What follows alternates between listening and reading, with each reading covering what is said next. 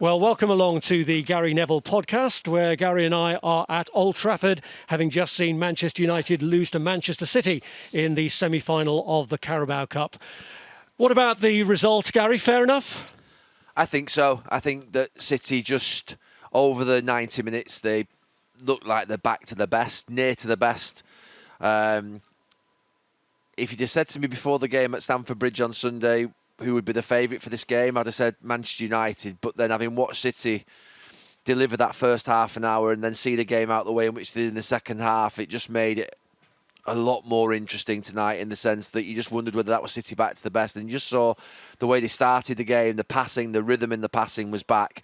And Pep Guardiola used it, I think, during commentary. He looked like he sparked back on the touchline. And I said a few weeks ago, watching City, it's almost like the players have become bored of playing really well and achieving the standards that they achieved previously. But I'd imagine since Sunday, Pep Guardiola has said to them, do you not enjoy playing football more like that than you have been doing in the last few weeks? Because they were just absolutely sensational against Chelsea for 25 minutes. They cut them open. The passing's so precise, sharp, quick. You can't live with it. You just cannot get anywhere near it. And there were periods in that first half where City were brilliant. And United played well in the game. They were managing it. They were living with it. It's difficult to live with. And City came close, hit the post. But United looked dangerous through Pogba, Martial and Rashford and couldn't get the goal. But overall, I don't think Ole Gunnar Solskjaer and his...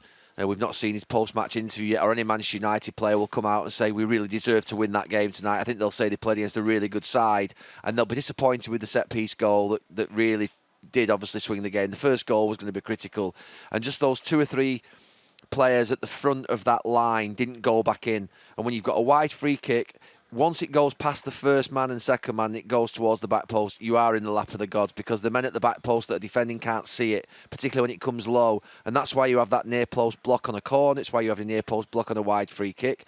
And I think it was Rashford, Pogba just didn't go back in, and they allowed that ball just to swing across the goal, and it's a nightmare then. It left Maguire at the back post and knew there's no chance, and John Stones just put it into the net. And once that moment happened, you just thought, difficult. Very difficult, because you knew City then would just maybe cut away and get the second, and they did. This upturn for Manchester City has come at a time where in the build-up to every game we seem to read that they're in crisis. They actually lost one game, of course, because of the COVID issues. From what we saw at the end with the comradeship and everybody celebrating, do you think they've actually been brought together during this period of adversity? It's actually had a galvanising effect. I think that there's an element of some things lifted them pre-Chelsea. Maybe it's the reaction to the fact they cancelled the game at Everton. But they were a different level. And I have to say that sometimes that can happen. You don't know what's going to spark a season. Sometimes it can be that when you're at your lowest moment and you think that players are out and you think it's going to be the most difficult, people just stand up. You know, on Sunday it was Kevin De Bruyne playing almost as a false nine centre forward, and you think to yourself, how's this going to go?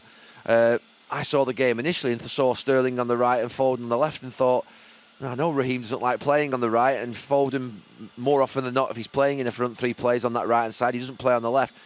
But it just seemed to click all of a sudden. Things that seemed to happen, the passing seemed to come, the rhythm. Gundogan in midfield started to drive them forward. And out of what would be adversity, with obviously the positive COVID test, the game being cancelled, people potentially criticising them for, including myself. I was doubtful as to why a game should be called off 2 or 3 hours before. They've just clicked. And Pep Guardiola, I think, to be fair, looks like he's got that spark in his eyes because he's seen his team play football. You know, we got so used to Manchester City playing a standard of football that was at an incredibly high level for 2 seasons that it was out of this world. Scoring hundreds of goals. The passes were in the thousands, it felt like, every single match. They used to just completely mesmerise other teams, where to the point whereby they felt like they had no chance whatsoever. And all of a sudden, the last 12 months, it's just not been like that. And it's been scrappy. And the football, I have to say, culminated in here a few weeks ago, where I said that those players looked really demotivated. Their body language was poor.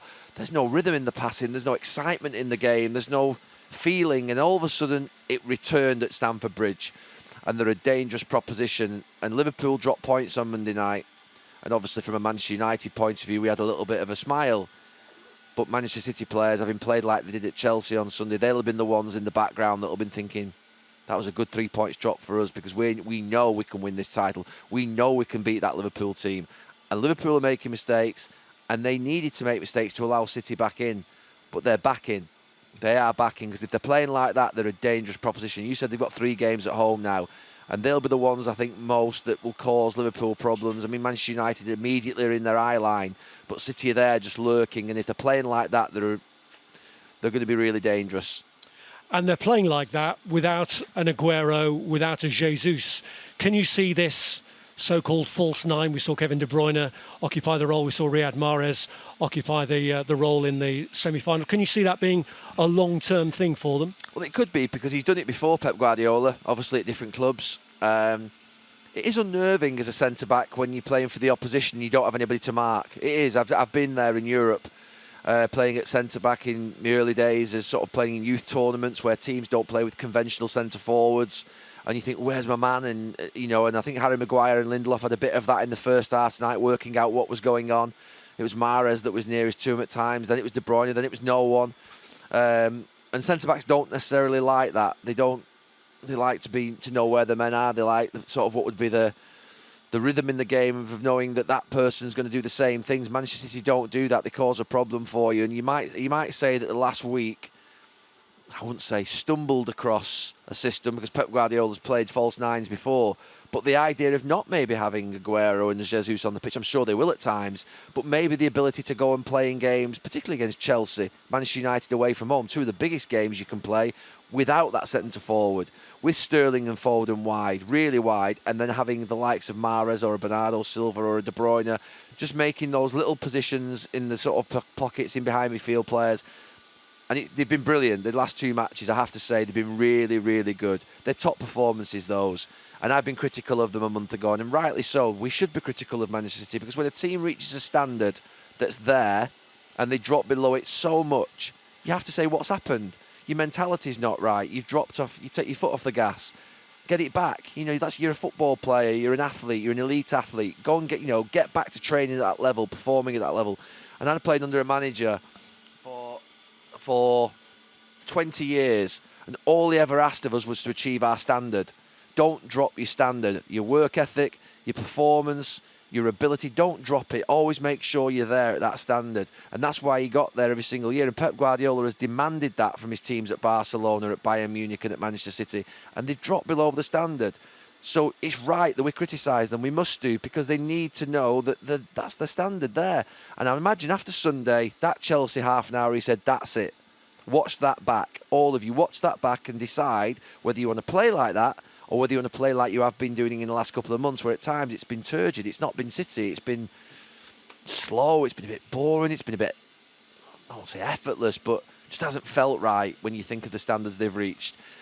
So well done to them for getting it back at a right moment in the season, because if they'd have been beaten at Stamford Bridge and beaten here tonight, we'd have been talking about a completely different story. They haven't. They've delivered in 2 big matches. The final itself, unusually, is a long time away, more than 3 months away. Yeah. So there's a lot to happen between now and then, a transfer window, form, fitness, whatever goes on in the Premier League. But at this stage, would you call a Manchester City Spurs game a 50-50 call? No, I would have done maybe a few weeks ago when Tottenham were in that fantastic run and Harry Kane was absolutely outstanding with Son and Bergwijn and Højbjerg and Sissoko. And they're still doing well, don't get me wrong, but City were nowhere near this. When you see City like this, you have to make City favourites. You have to make City favourites. City will be favourites against any team in the Premier League playing like this, and maybe Liverpool aside, where you would then say it's 50-50. But no, you'd have to say that, Jose Mourinho, even Tottenham's players, no one in the country, if City are at this level, will think that Tottenham are 50-50. I would think it's more 70-30. But it's a final, and it's compelling, Jose against Pep. And it was going to be compelling if it was Ole against Jose as well, Manchester United against, obviously, Jose Mourinho as the manager here. So either way, it was going to be a compelling final, and I think it will be that way. But no, I'd definitely make City favourites, just off seeing them in the last 48 hours, 72 hours twice. So let's talk United. A 4th semi-final defeat under Ole Gunnar Solskjaer. How much of a problem is that becoming? I said before the game tonight, I felt there was more expectation on this game for me as a United fan than there were maybe a week on Sunday against Liverpool at Anfield. Because no one this season expected Manchester United to challenge for the league title. But I think there was a feeling that you win a trophy. Ole at the end of this season will have had 2.5 years, and I think to go 2.5 years without a trophy, it will start to bring a pressure because it just helps you on your way. Jurgen Klopp needed that trophy eventually, got the Champions League. Pep Guardiola won the League Cup. Jose Mourinho at various clubs has won the League Cup just to get themselves going. And it happened at United, I think, in 2006, having not won a trophy for 2 or 3 years, that we won a League Cup. So he needed something, and he was so close to a final, obviously, with this game tonight, and in good form. So I think it does pose a problem. I wouldn't say, sat here as a Manchester United fan, it causes me a great problem that in any way, shape or form I'm looking at the manager's job at any point, but it will bring pressure down the line. Because if they go to Anfield and lose, people will then say, glass half empty again, and it can turn like that. And the reason that Ole will not be resting on his laurels is because when you're in a job that presents the problem that he had 4, 5, 6 weeks ago, where people were questioning whether he would, make it through to the end of the season, when it gets good, like it has done in this last few days, where they're joint top of the league and they've got a game in hand now on Liverpool, and they're in a semi-final, and people think, oh, everything's fantastic, you don't get that carried away the other way either. So I think it's a time for Manchester United to knuckle down. They've not been able to get over the line, not be too hard on themselves, because I think they've played against a brilliant team here tonight. They've turned up against City. What Ole Gunnar Solskjaer will have been hoping is that Manchester City went back, that on Sunday was just a little bit of a one-off. It wasn't. They were at it again. And he'll know how good a team City has. I don't think he'll be too resigned tonight. He'll be massively disappointed. He'll have wanted to take them that extra step. He's not been able to do it. But I didn't think Manchester United played badly. I thought they belonged in the game. And it could have gone the other way. Martial at the back post with a header with Zinchenko. Harry Maguire's one just went over the head with Stones. Little bits of luck that just go one way or the other. Diaz just clears a couple that maybe at the other end didn't get cleared. Wan-Bissaka's header to Fernandinho that ends up in the back of the net, and the one that basically ends up scoring the first goal from where the defenders don't. They're just details that decide games, and the details went Manchester City's way tonight, and you can't argue with that because of the way they played. So I think Ole Gunnar Solskjaer needs to retain, I think, a level of, he will, I'm sure, look at this game tonight and think of it as being, it's not terminal in any way, shape or form. It'll be a massive disappointment, but he'll want quick recovery. FA Cup, Burnley, Anfield. He'll want big performances in the next couple of weeks. Well, as they look to get the show back on the road at Turf Moor in the Premier League, we'll be there on Sky Sports. So join us for that. And thanks for joining us on the Gary Neville Podcast. Thank you.